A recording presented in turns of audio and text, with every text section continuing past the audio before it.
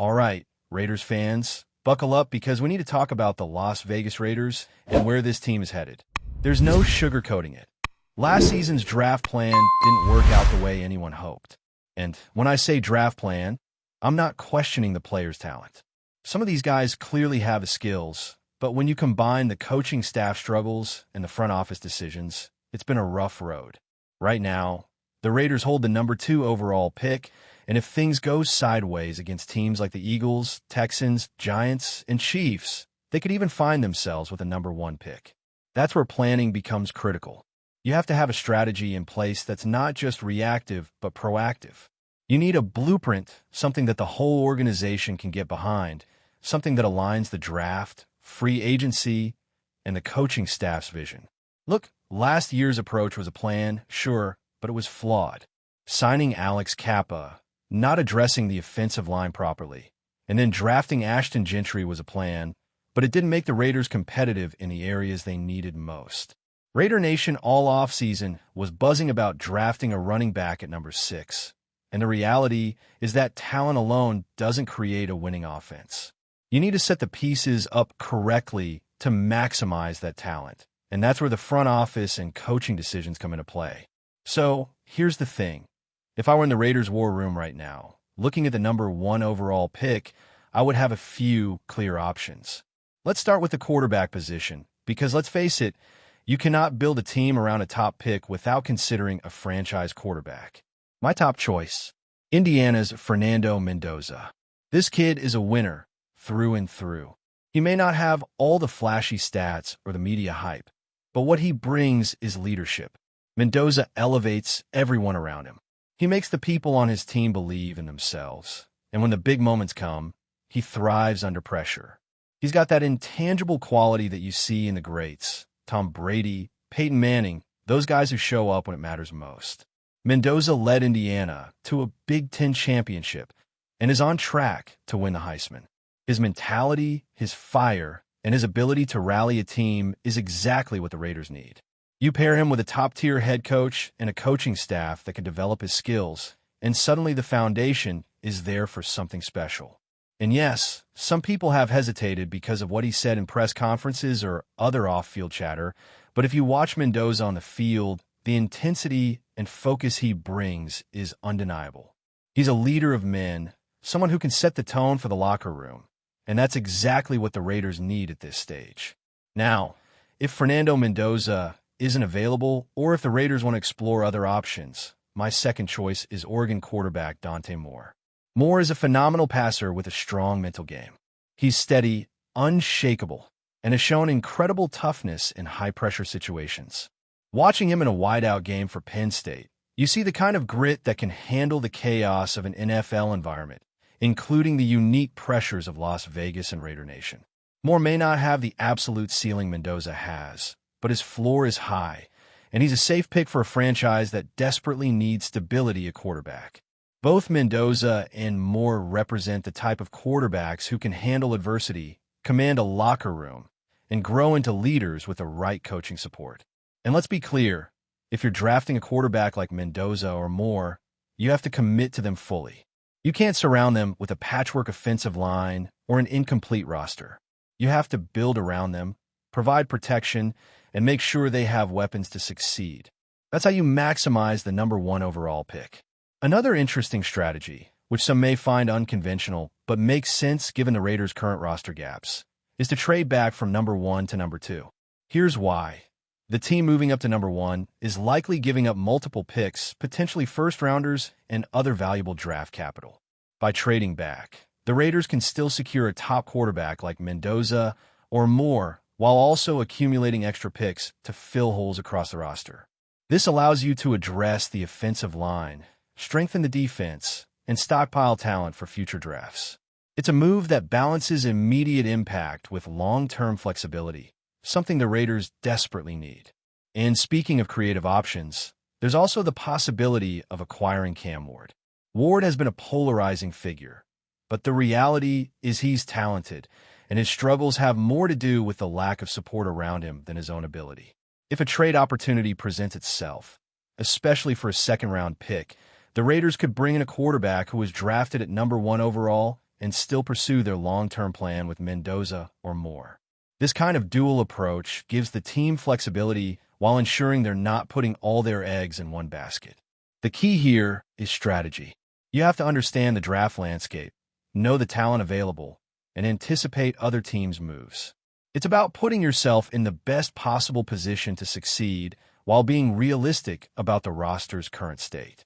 Whether it's Mendoza, Moore, or a trade for Ward, the Raiders have multiple pathways to build a foundation that works with a new head coach and an improved supporting cast. And this isn't just about quarterbacks.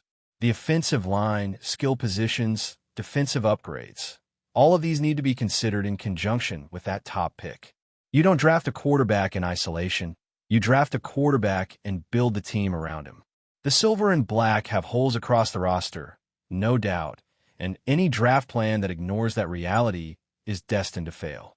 That's why creative solutions, like trading back for additional picks or pairing a top quarterback with key offensive line acquisitions, are so crucial.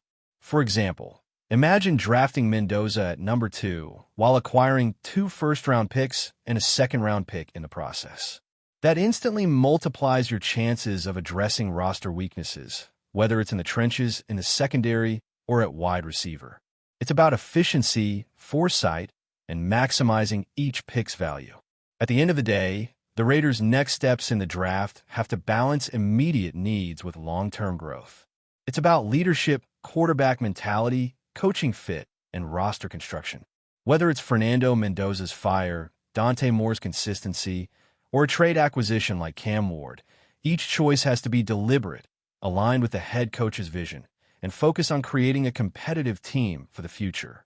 Making these decisions isn't easy, but the stakes are high. Raider Nation deserves a plan that is bold, realistic, and execution-focused, and the draft is the first step in that process.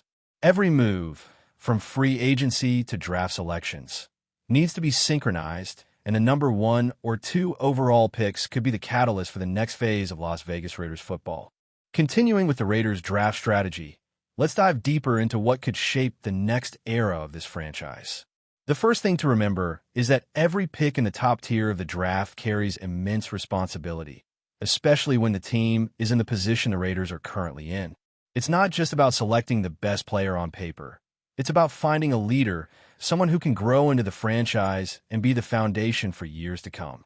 If we look at the current roster, it's clear there are gaps in multiple areas that need immediate attention. The offensive line remains a priority because no quarterback, no matter how talented, can succeed without protection. Skill positions, whether wide receiver or tight end, also require shoring up. Defense has its holes as well, particularly in the secondary and at linebacker, where playmakers are needed to elevate the unit. A top quarterback will only flourish if the team around him is built strategically, and that's where the Raiders must be deliberate. Taking a step back to the quarterback options, Fernando Mendoza and Dante Moore remain the central figures in this plan. Mendoza's leadership qualities and ability to command respect from teammates make him a prime candidate to be the cornerstone of this rebuild. Moore, with his consistency, mental toughness, and poise under pressure, offers a safer floor, ensuring stability from day one. The choice between the two isn't just about talent. It's about fit with the coaching staff and overall vision for the team. A successful quarterback pick has to align with a new head coach's system, and whoever fills that role must have the autonomy to select a player that complements their offensive philosophy. This is why the strategy of trading back from number 1 to number 2 is so compelling. By doing so, the Raiders not only maintain access to one of these elite quarterbacks, but also acquire additional draft capital to address multiple needs. Imagine the ability to draft a top offensive lineman, a game-changing wide receiver, and still have a first-round quarterback. This strategy allows for both immediate impact and long-term roster flexibility. Another scenario to consider is the potential trade for Cam Ward. Despite his challenges, Ward is a talented quarterback who has been underperforming largely due to lack of surrounding support. Acquiring him could provide a bridge option while still pursuing Mendoza or more in the draft. This dual-path approach reduces risk while keeping the team competitive and gives the new head coach multiple options to build a cohesive offense. It's about creating leverage and maximizing every asset the team has.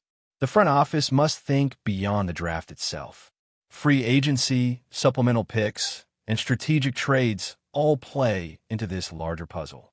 For instance, investing in offensive line talent through multiple avenues ensures that any quarterback taken at the top of the draft has a strong foundation.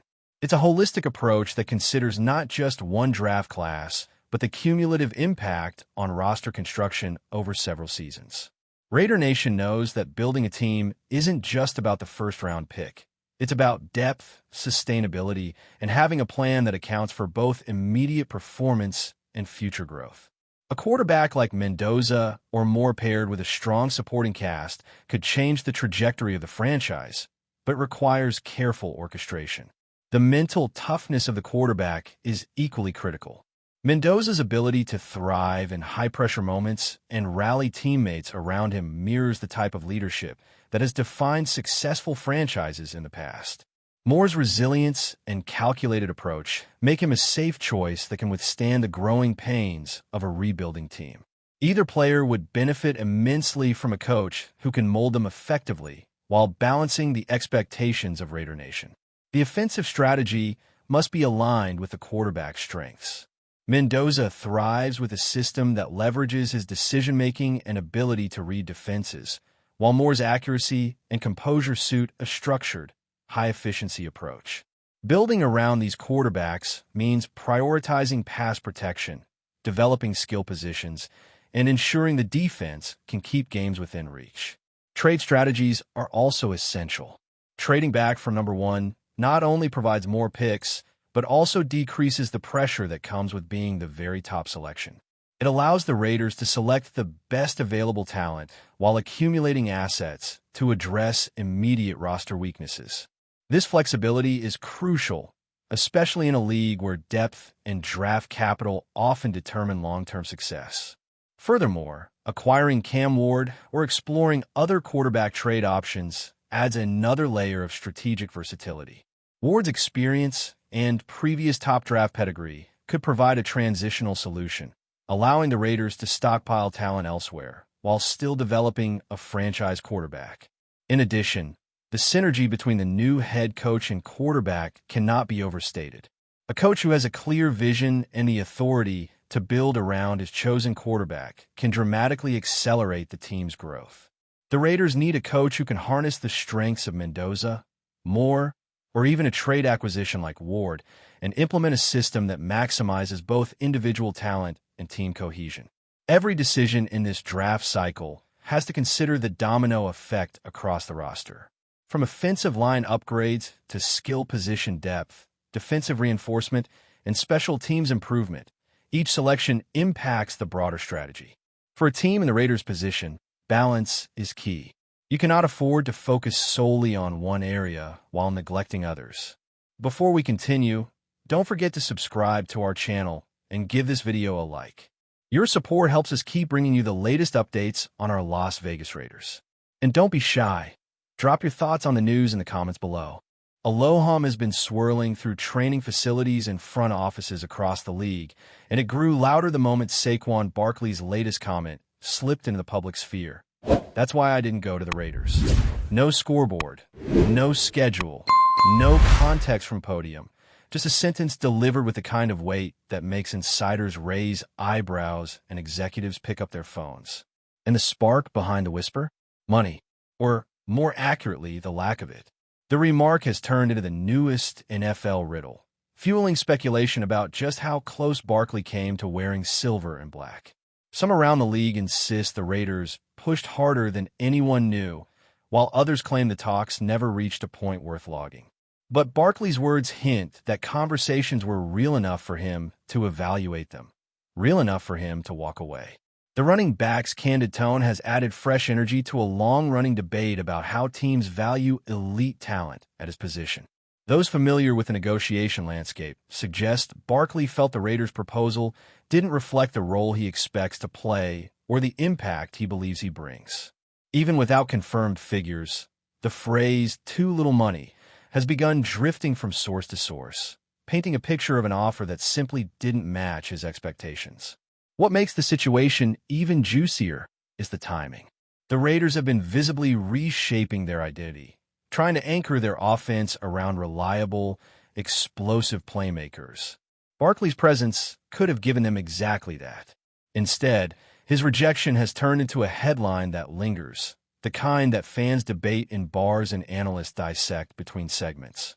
Around league circles, some wonder whether Barkley hoped his words would send a subtle message, whether to front offices, teammates, or perhaps the wider market watching his every move.